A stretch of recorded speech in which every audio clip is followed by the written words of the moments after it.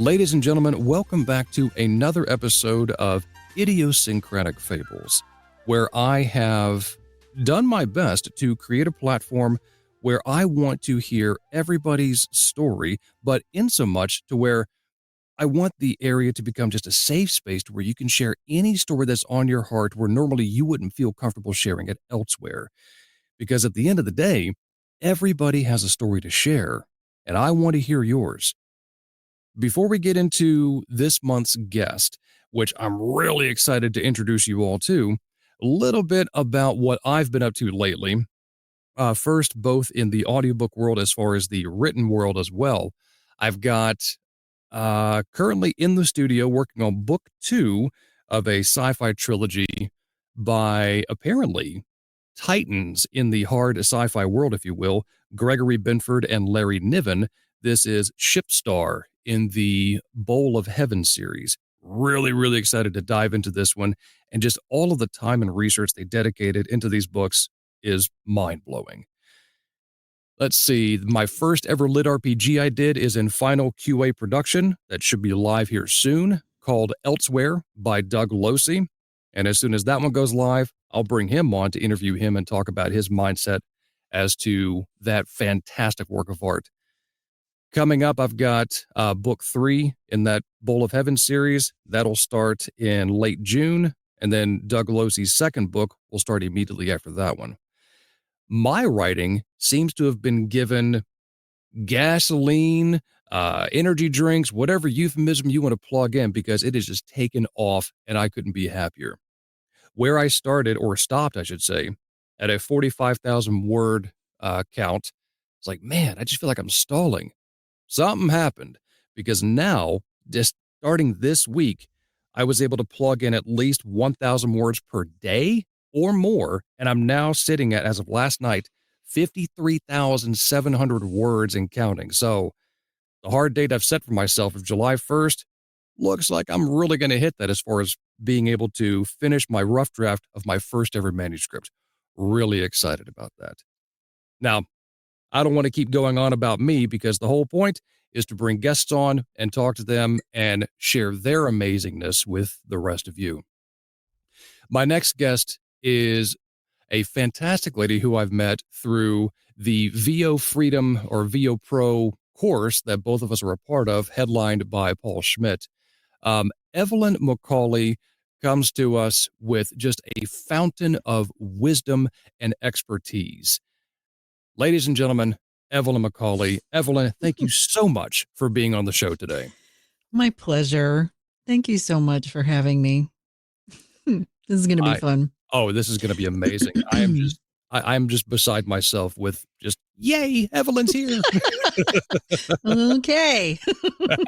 Manage your expectations, James. I'm just saying.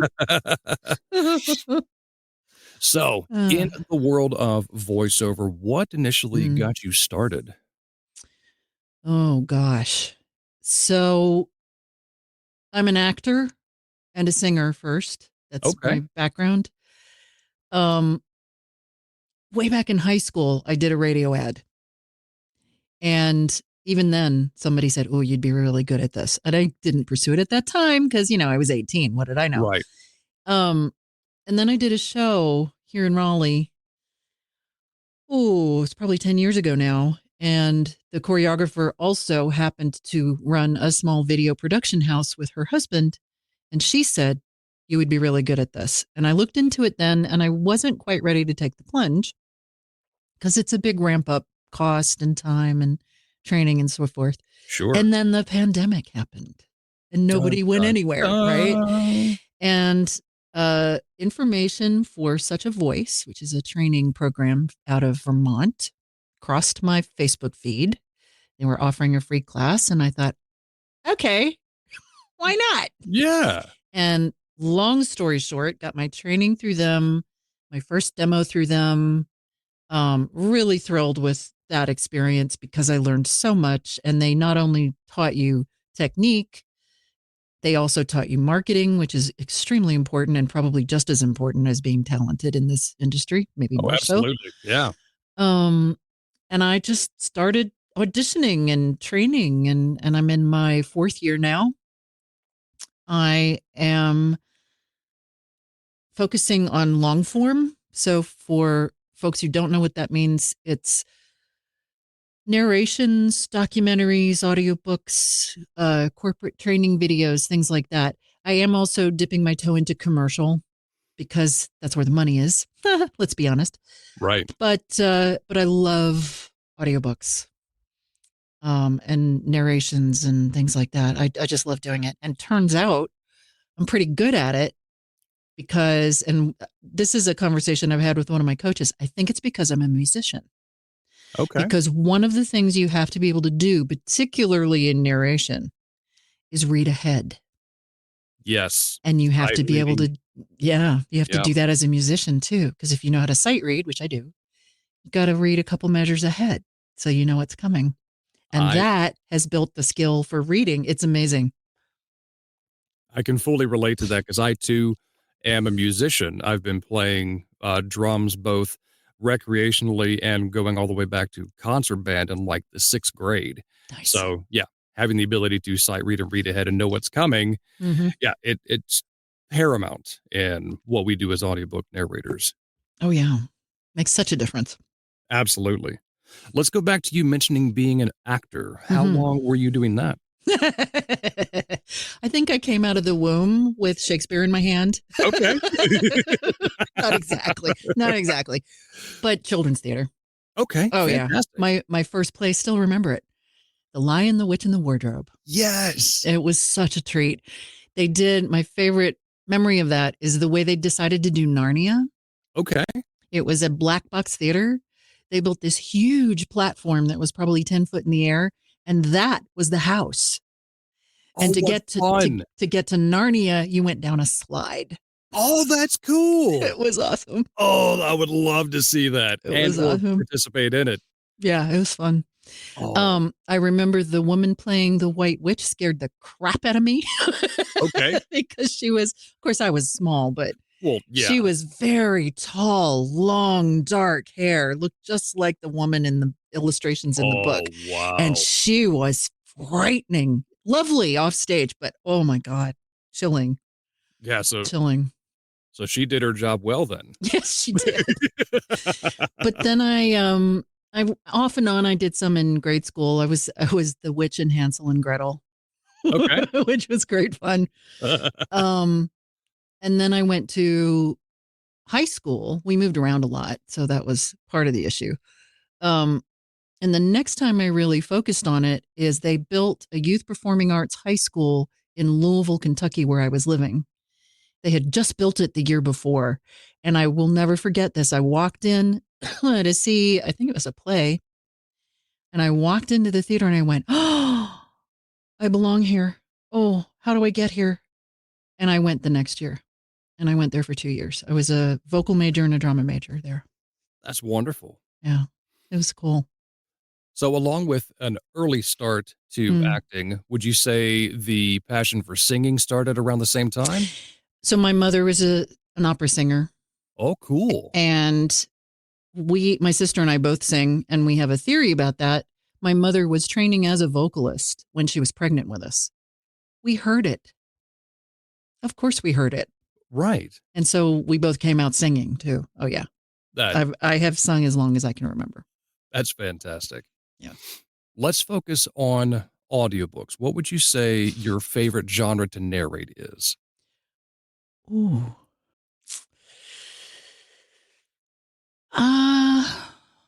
Ah. I can't pick one. I'm sorry to destroy that question. No, it's I okay. can't pick one. Because right now I'm doing an urban fantasy and I'm in love with urban fantasy. And before that, I did nonfiction, Okay. and it was fascinating. The subject matter was fascinating to me. So, it's funny. Somebody asked me that as far as singing is concerned, because I've trained as an opera singer myself, and Mhm. someone who met me a few years ago said, "Oh my God, you're an opera singer?" I'm like, "Well, kind of, yeah." And he asked me that question, "What's your favorite opera?" And I said, I can't pick one." Right.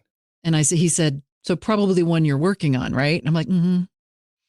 That's a fair answer. Yeah, yeah." I just finished doing two different books, and one was nonfiction and one was fiction. And, I can't choose. All right. Backing up to the genre you mentioned, urban fantasy. Mm. For those out there listening that aren't familiar with all of the varying genres of books out there, Evelyn, can you give us a description as to what urban fantasy is and what they can expect to find? Sure. To me, it's a fascinating subgenre of fantasy. Generally, the time frame or the setting is in a contemporary or modern setting. So Okay. it's not a made up world, usually, but then there are fantastical elements about it. So one series I did, 2 years ago now, was by a lovely author by the name of Amanda Fasciano. You can find these on Audible, by the way. Waking Up Dead. And the story is a cop who is murdered on duty Ooh. wakes to find that she is a ghost, and she is recruited into a supernatural police force that manages spectral activity. Oh, what fun. It's just amazing. And so what they do is, like, say you have a poltergeist that's causing a problem in a house. Yeah. Right. There's always a reason for that. And this is what this spectral police force does, is they go and find out, well, what is this problem? What is causing this issue? And they try to solve it. Yeah. Beautifully written books too. Great fun. The main character is Cadence Riley, Mm-hmm. and she has a partner, Mr. Snow, who is British. That was part of it, is that you get to do lots of accents and fun things like that. But I mean, the story was really cleverly crafted. I loved reading these books and then narrating them. I did too. That sounds so much fun. Yeah, it's a neat genre because generally there's another author that I'm very proud to say I just finished narrating my first book for him. I'm so excited about this. And he's got another couple of series where, again, it's set generally in modern times, but there's supernatural stuff going on. Right. Gods and goddesses, or a crossover of dimensions, or magical realism sort of woven in there. Gosh, I just read a trilogy of his where he did playlists on Spotify because he referred to all these 70s, 80s, and 90s rock hits because of the story. And he gives you a playlist that you can go listen to. It's really, really neat. Oh, what fun. Yeah, really neat. So that's my definition of it, is that it's not a made up world generally, but there is some extra stuff going on. Gotcha. Yeah. So in a sense, it could be, modern day setting, but also having the open-mindedness or even expectation of, let's say, dwarves, fairies, and dragons. Oh, yeah. Popping Well, in. one of the best known examples of that is, if you know Deborah Harkness's trilogy, Discovery of Witches. It was on Prime Video as a series, and yeah, very popular. And her whole premise is witches, vampires, demons. Not a made up world, because they refer to very well known places like Oxford University in England, and Venice and Paris and all of these things, but fascinating, really deep, complex histories that you learn about. And the thing I love about her books, she does her research. She knows her stuff. So you know that her history is correct. Right. And that's amazing. So, and time travel features very prominently in that series. Okay. Because they go back into Elizabethan times to take care of some things. I don't want to ruin the story, so I'm trying to be. Go read the book. Let's go read the book. You'll love it. I just finished listening to the first audiobook of that series. I've read them all. Yeah. And I know I love the book, so I thought, oh, well, let me listen to and this woman, this narrator that they have found to do these books. She's a genius. Jennifer Ikeda, Ikeda. She's incredible. And I was talking to, I'm grateful enough to be coaching right now with Sean Pratt, who does nonfiction coaching. Yeah. And I was telling him, this woman is my hero because she is so versatile and so gifted at differentiating her characters, to the point where there was a scene in the book where it was 3 elderly women, basically the same age, and you could tell them apart. That's awesome. It was genius, and it was subtle. It was, yeah. So go listen. Don't read. Go listen. I will. Yeah, she's my new hero. I even stalked her on Instagram and wrote her a note and said, "I think you're a genius." Yeah, it was that bad. So, but that's good though. well, and as narrators, I'm sure you do this. You have to find people you want to listen to. Yeah, because you will learn so much just by listening to someone who's really good at it. Right. Yeah, 2 key narrators for me that I find myself listening to often are Steve Campbell and Travis Baldree, because both gentlemen narrate primarily in the lit RPG and game lit genres, and they're just so good at it. And it fuels my nerd heart to where, I get to experience other Dungeons and Dragons-esque material of these other people that are going on adventures and leveling up their stats and conquering the big bad evil guy at the end. I love it. I just met a gentleman this week. A friend of mine just got married, and this is her new husband. And he is into D&D and writing some RPG lit, and really interesting. I was That's like, fantastic. Dude, we need to talk. Yeah. I know people who would narrate that stuff for you. Yep. So anyway. All right, next question for you.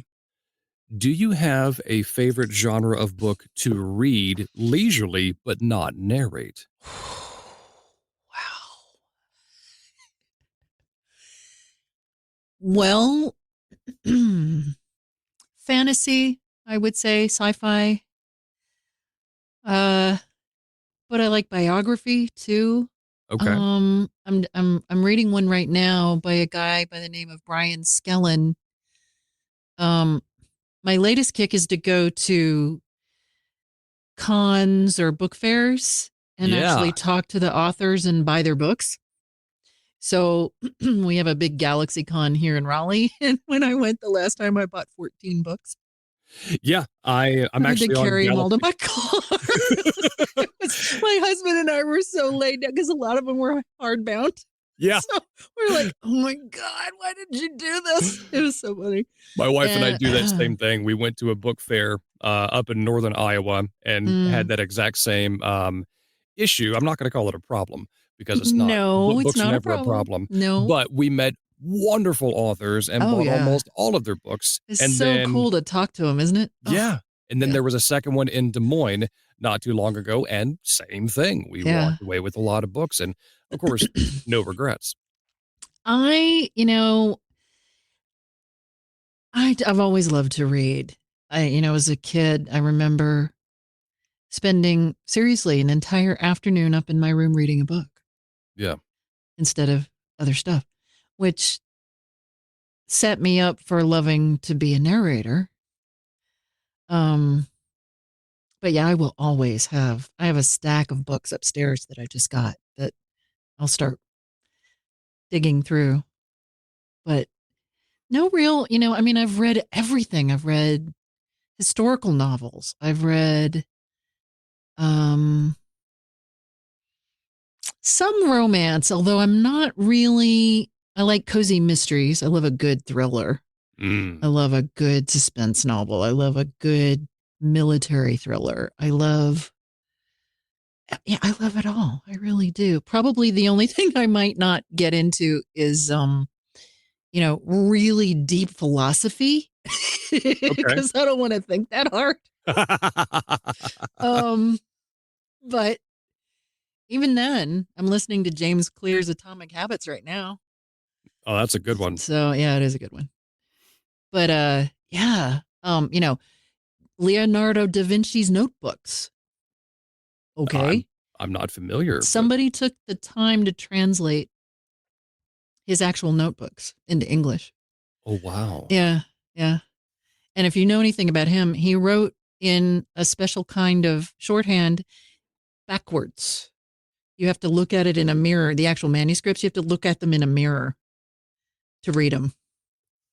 So this was some effort to actually translate them. But fascinating because he talks about, as you might imagine, every subject under the sun. Yeah. He had that kind of mind. So wow. Yeah, for those of you listening, my face during that description was the typical What? stunned shock and Really? awe, Wow. mouth open, jaw slack, just what? Yeah. Because Yeah. my mind instantly goes, I wonder why he did that. What was going through his head and, what was the purpose, the meaning behind, why he wrote that way. I like to think something very simple in answer to that question, because he could. 9 times out of 10, that is the answer. How do you write backward? I don't know. My husband can read backwards. Yeah, I can too, actually. But why would you do it? Well, because you can. Why not? It was actually a learned skill for me back during my time in the Navy. I was one of the radar operators. And one of our stations, we had a radar console. Gosh, it was one of the old school ones. For those of you listening, you'll know what I'm talking about. The SPA 67 Golf model, when it had that green kind of bold screen to it and everything. But we had a station on the bridge. So we're there next to the bosun mate. We're next to the captain, the navigator, all the big people. But we also had this clear plexiglass board. And we had a grease pencil that we had to use to write backwards and update it every 3 minutes as to what was on the ocean around us based on what we saw on our screen. So that way, both the captain and navigator could turn and go, oh, that's what's coming at us. Right. Yeah. Got it. Yeah. It makes perfect sense. So yeah, doing that for 4 years, that'll learn you real quick how to read backwards. Which, using that dialect or accent leads me to my next question. Do you have a favorite accent to use?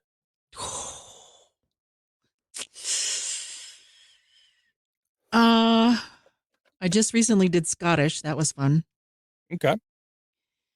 And we've been listening to lots of Scots on, what is the show?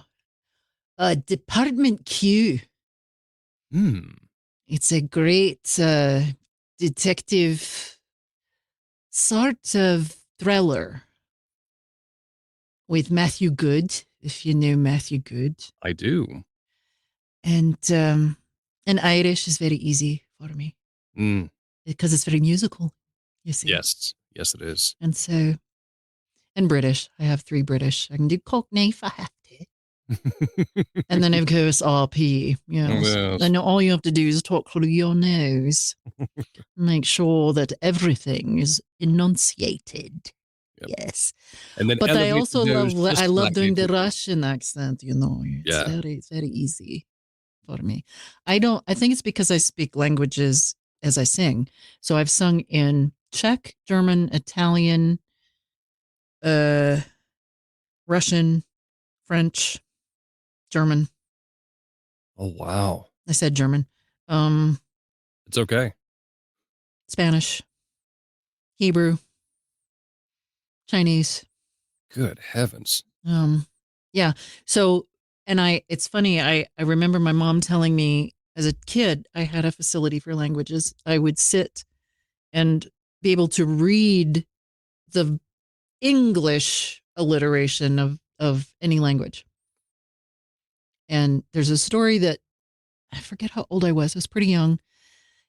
And somehow I was looking at the German lyrics for Silent Night. And I instinctively knew how to pronounce it without anybody telling me. So Stille Nacht is Silent Night in German. And so I love language. One of my bucket list things, I want to learn Spanish. I want to learn French. And then we'll see. I might do another one. But I have 2 language courses that I bought. I won't tell you how long ago. I'm ashamed to tell you. that I haven't started yet, but that's something. Oh yeah, Spanish. Oh yeah, Spanish, baby. Whew, it's everywhere. And French is the language of diplomacy. So if you can speak French, you can travel Europe. Right. That's And wonderful. maybe Russian. I love Russian. It's Mm. so much fun to say. Yeah. Do you have an accent that you would prefer not to use, but has come up in a couple of book or two? I Like, had to do Spanish, and it's hard to remember how to do it mm, because they do this thing with their S's. There is no real Z sound depending on the type of Spanish. So if it's Castilian, there isn't an S at all. It's right, Castilian. So there's a little bit of a lisp. right. Um, Spanish was hard. Some of the Caribbean ones are hard for me. Like I had a military thriller and there was one character that had a Jamaican accent. Okay. Just a few lines, but I wanted to try it and it was hard to get it into my head. For me, because I'm a drummer, I try to find rhythm in all things to Oh include yeah. accents and dialects. And so I try to, replicate the accents I'm listening to from, YouTube or pick your media Mm-hmm, outlet. mm-hmm. And so I try to find their vocal cadence, their rhythm. And if I can match that, then usually the tonality and how the mouth positions kind of fall in line, if you will, Well, and to if you've make it. ever worked with a dialect coach, and I am privileged to have worked with Tom Antonellis, who's a Mm, wonderful dialect coach, rhythm is key, oh, yeah. absolutely key. In addition to the music of the language, the rhythm is very important. Some languages are slower. Yeah, So, rhythm, tempo, all the things you hear in music, you're going to hear in a language. absolutely. So, yeah. Oh, yeah. I would think being any kind of musician would help you Yeah, in that way completely because you agree. can hear the patterns and all that stuff. All right, jumping over to your bio on your website really quick, there's a sentence right there at the very end that caught my attention. Mm-hmm. Says, with a voice ranging from champagne to whiskey, I bring your words and characters to life. Yeah. So, I don't want to make any assumptions, but could you elaborate on that? So, that I credit my dear friend Paula Okay. because when I started studying with such a voice, one of the first exercises they give you is for you to go to your friends and family and ask them to describe your voice. Okay. And that's what she said. How wonderful. I know. I was like, "Ah, really?" She's like, "Oh yeah." She said, "Because I've heard you, and because she's seen me on stage too." She said, "So I've seen you do very sophisticated, elegant women. So that's the champagne, and then Right. I've seen you do mad women, Yep. and that's the whiskey.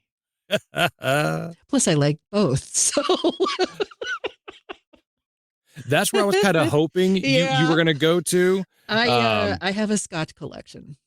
Oh, do I tell. do. I'm trying to think how it started. Ooh, I used to hate it. As a younger person, I would try it at parties. I'm like, oh God, what is this? Ugh. Yeah. But that was cheap scotch. Ah, You got to get the good stuff. And so I think it must have been the first time I had Lagavulin.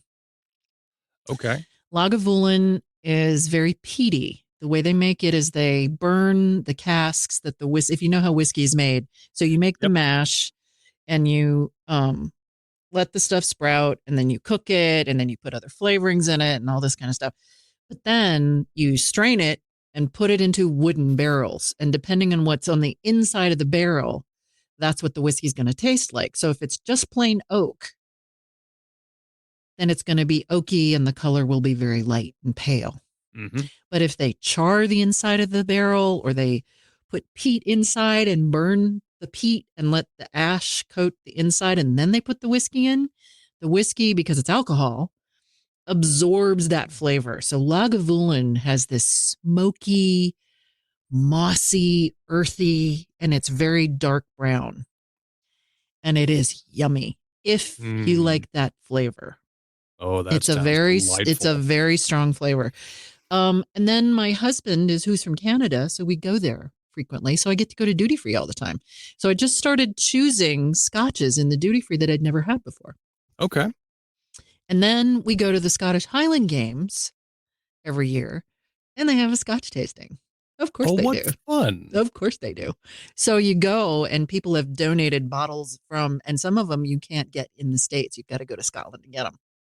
That would make sense. And so you have table after table, and they just lay the bottles out, and you can go and you get a little tasting, like a half-ounce plastic cup, and you can Sure. take a sip, and they teach you how to drink it. So people who have seen people order scotch and water, Hmm. there's a reason you do that.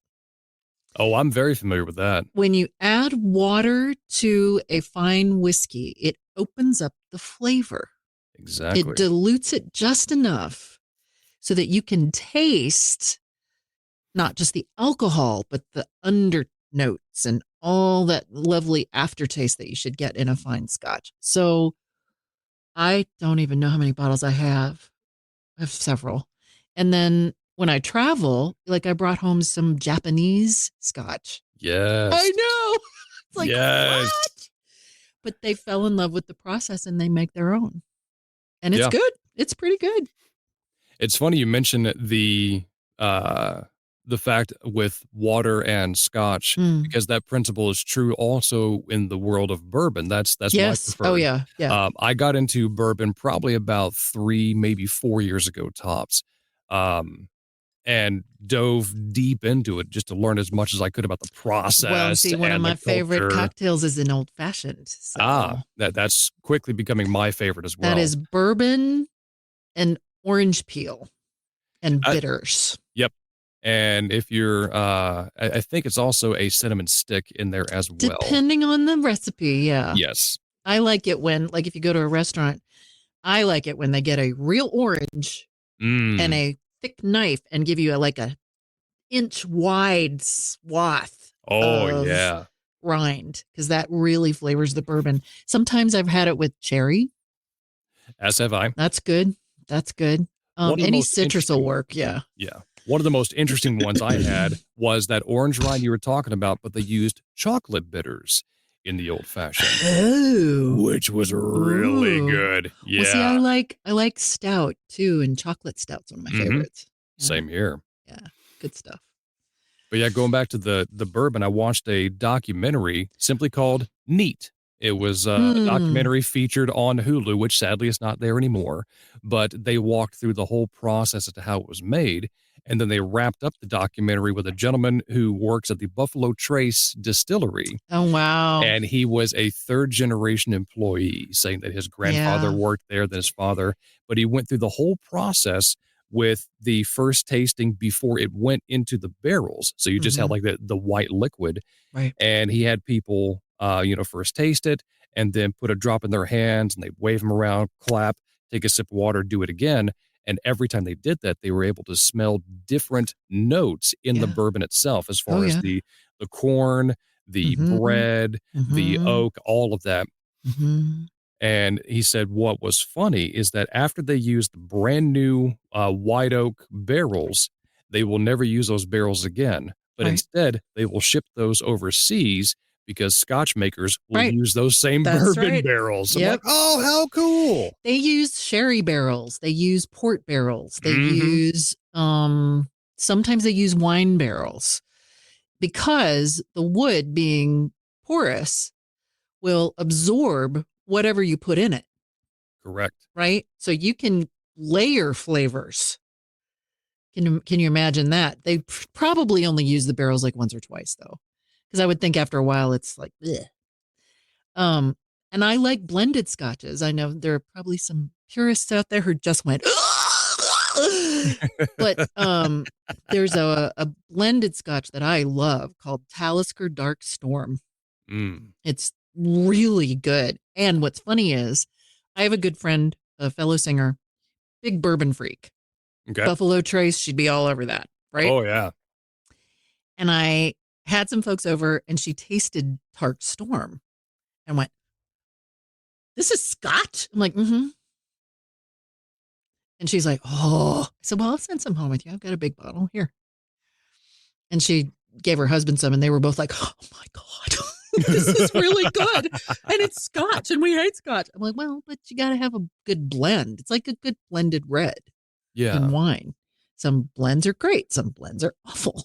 So, Well, I will say you've inspired me to branch out into scotch because oh, but unfortunately, buy yourself some good stuff. I yes. will tell you, I splurged once on Macallan 50. Okay. It's about $250 a glass. Ooh, It's so expensive. I was, But I was going to say, religious experience, man.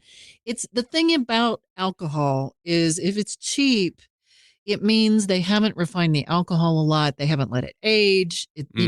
So it burns. Good scotch, when you drink it, is just this lovely warmth. And it doesn't burn your throat and it doesn't burn your mouth. And you taste all those other flavors in the liquid other than the alcohol. yep, I'm sold. That should be the experience. So spend the money. I know $70 a bottle is that's expensive. I get it. Yeah. But treat yourself once in a while and get some good scotch and you will be surprised. Because I hated it, Yeah. like I said, before I started drinking the good stuff. And Yeah. I was going to say, because the only scotch experience I've ever had is Dewar's. which is good. It's Yeah. okay. It's Yeah. okay. Yeah, like Johnny Walker, it's okay. But get the black label. Get Yes. the blue label, not the red Yes. label or the green label. Just get the good stuff. Yeah. Pay the man the dollar. Exactly. Yeah. Anyway. All right, let's go ahead and start bringing it to a close. Let's take a I know here we are talking about drinking for I know. felt like 20 minutes. I'm sorry. No apology needed. It's okay. I love learning, and if it broadens my horizons, awesome. If not, no worries. But what I was going to steer it towards is let's take a glimpse into your future really quick. What do you have coming up on the docket that people can look forward to? Well, so I just finished pickups this week for a book. I mentioned it earlier. I am so excited about this one.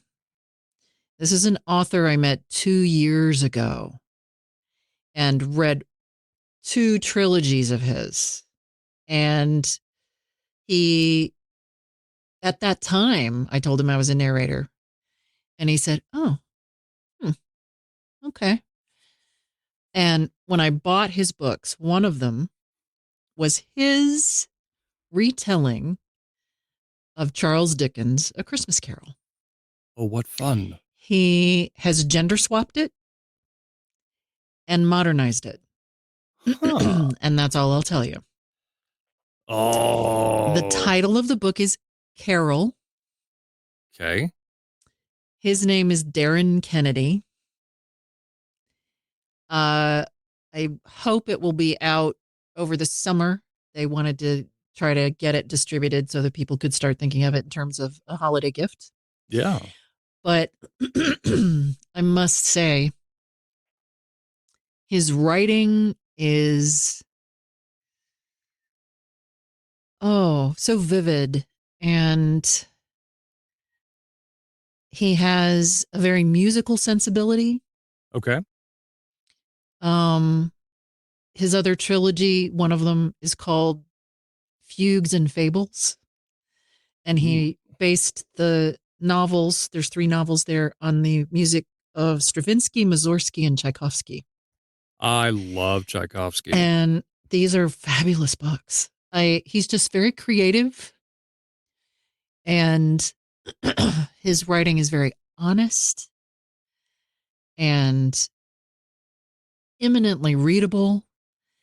He brings you into his worlds and lets you rest there for a while. And it's not a lot of work, but it's meaty enough to hold you, if you know what I mean. Because some reads they're so fast because they're so light. And sometimes Right. that's what you want. Sometimes that's what you're looking for. These are a little deeper than that. But it's not Dostoevsky either. No. And you're not like, oh my God, or Stephen Hawking, oh my Oh, God, get in my brain. Yeah, it's not like right. that. It's not like that. I'm just thrilled to be able to do this book for him. And I can't wait. I hope it takes off for him. I really do. I just want it. I want so badly for it to be successful Yeah. for his sake, because he's got other trilogies out. He's still writing. The cool thing is he's a doctor. He's a pediatric family practice. Oh, what fun. And then he writes like this. It's insane. He's just so talented. And he's a musician, I think. I think he plays an instrument. That's fantastic. Yeah, it's just nuts. And the nicest guy you'd ever want to meet. Really, really so great very guy. cool. Yeah. Alrighty. So for those listening out there, if you're thinking to yourself, my gosh, I have got to book Evelyn for my next project. Sorry, I did not mean to call you Ellen. It's okay. I'm used to it. I've been Ellen, Eileen, Irene, Eve. Yeah. I don't know how they can get Irene, but either way. I don't either, but it's happened. I'm telling you. So if you're thinking to yourself, dear listener, I need Evelyn for my next project, be it commercial, audiobook, or what have you, Evelyn, where can they find you online? How can they get a hold of you best? I would say the best is my website. Okay. Which is www.evoce.com, and I will explain that. Oh, please do. Evoce is two Italian words mished. Evocare, meaning evoke, and voce for voice. Because I was born in Italy. Hey. And so when I was developing my brand, and how you spell that is EVOCCE. So www.evocce.com. Demos, social media, audiobook samples. There's a contact form. Yeah, you can get in touch with me that way. I'm also on LinkedIn. Just look up Evelyn McCauley. There you go. Yeah, really easy. Fantastic. Evelyn, thank you so much for what being on the show. What a treat this has been, James. Yes. You are so kind to have me on your lovely show. I've loved every minute of it. Thank you for agreeing to be on here. Absolutely. And folks, that will wrap it up for, well, I really can't say this month's episode because I know I wanted to do 2 guests for the month of May, but life happens. And so I was only able to do 1. No worries. So I may find and reach out to another guy I was talking to and have him as a guest for number 2 for the month of June. So stay tuned for that. If it happens, great. If not, you just be flexible. Semper Gumby. That's all I'm asking. But until that time comes, I look forward to talking to you soon. And until then, always remember that everybody has a story to share, and I want to hear yours. So until I talk to you next time, peace be with you.